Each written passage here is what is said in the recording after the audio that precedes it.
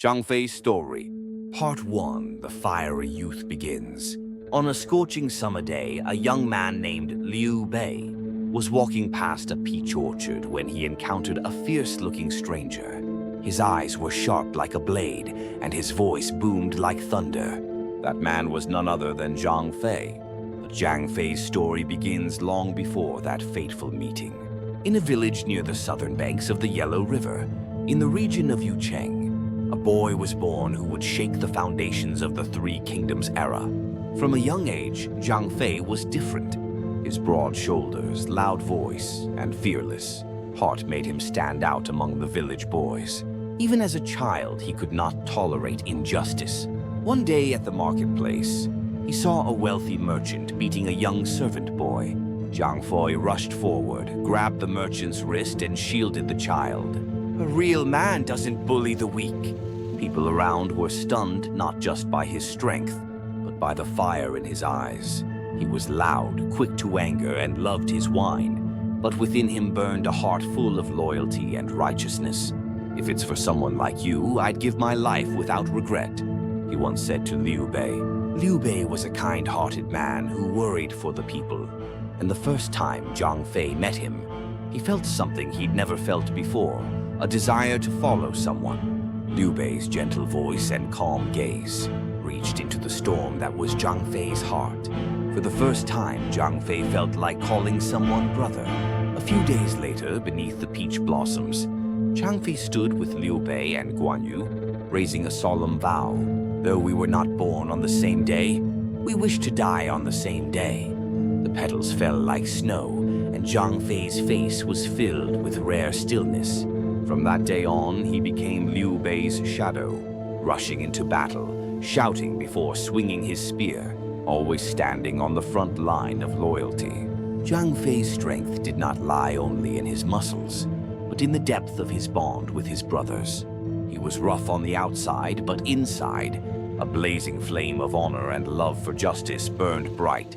This was no ordinary warrior's path. It was the beginning of a fiery journey, guided by brotherhood and the cry of a true heart. Part 2. Roar on the Changban Bridge. He rode alongside Kan Yu, ever faithful to Liu Bei. But nothing would define his legend more than the Battle of Changban Bridge. As Cao Cao's massive army pursued Liu Bei's family and civilians, the situation was dire. Liu Bei had to retreat. Guan Yu tried to slow the enemy, but Cao Cao's forces were like a tidal wave. Then Zhang Fei stood tall and shouted, "Let the people pass. I shall defend this bridge." Alone on the narrow bridge, his spear gleamed in the sun. His voice thundered across the valley.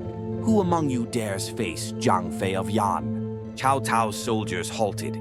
The very presence of Zhang Fei, his blazing eyes, his breath like steam from a warhorse, struck fear into thousands. He roared once more, and legend says, even the bravest generals trembled. That one cry held back an army long enough for Liu Bei and the people to escape. From that day, Zhang Fei was more than a warrior.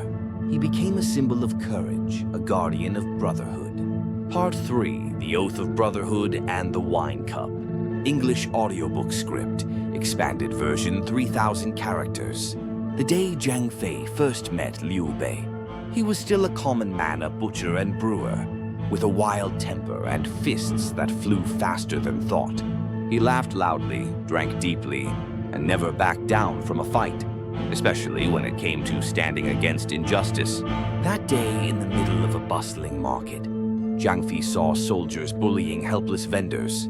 He couldn't stand it. He shouted, threw punches, and was quickly surrounded by guards. Then, from among the crowd, a man with calm eyes and a quiet strength stepped forward. It was Liu Bei. "There is enough chaos in the world," Liu Bei said softly. "Before we raise our swords, we must first steady our hearts." Zhang Fei thought he was a coward at first, but in the days that followed, he watched Liu Bei closely and saw wisdom in his words and compassion in his eyes. Soon after, Zhang Fei approached Liu Bei and Guan Yu himself. Together, the three of them stood beneath blooming peach blossoms and raised their cups to the heavens. It was not a simple toast. It was a sacred vow. We were not born on the same day, they said, but let us hope to die on the same day, as brothers in purpose and in heart. At that moment, for the first time, Zhang Fei understood the true meaning of loyalty. From that day on, he followed Liu Bei and Guan Yu without question. When Liu Bei grieved, Zhang Fei mourned with him. When Guan Yu charged into battle, Zhang Fei fought at his side. He never put himself first. His strength wasn't just in muscle, it was in his heart. Though he was fierce and loud, he was gentle to the people. He protected the weak and stood against tyranny. One day, he carried an injured soldier off the battlefield and said, "What I protect isn't honor. It's the faith of my brothers and the hope of the people." Zhang Fei was a beast in battle, but a childlike soul in moments of peace. "We didn't become brothers for the sake of war," he once said. "We did it to share our hearts." He called Liu Bei and Guan Yu brother, but he always put himself in danger first. When arrows flew, he became the shield. When betrayal approached, he was the wall. That spring day beneath the peach blossoms had rooted itself deep in his heart, and he never once turned his back on that oath. And if there is one word that defines Zhang Fei, it is loyalty. That was the fire that never died within him. Part 4. The Lord of the Crescent Moonblade. Dusk fell as Zhang Fei climbed the forbidden peaks of Mount Beg Ryong. Legends whispered of a sacred weapon hidden within those mists. A blade that would only yield to one whose heart burned with loyalty and honor. He carried no weapon, only his bare hands and a vow to his brothers. The mountain path was steep, and even the birds dared not sing as night approached. Eventually, he came to an ancient shrine, long forgotten. Before him lay a nameless grave, with a weathered inscription, "My blood was shed to protect the innocent. Let my soul rest in the hands of one who walks the path of righteousness." Zhang Fei knelt in silence and fell asleep there beneath the stars. That night he dreamt.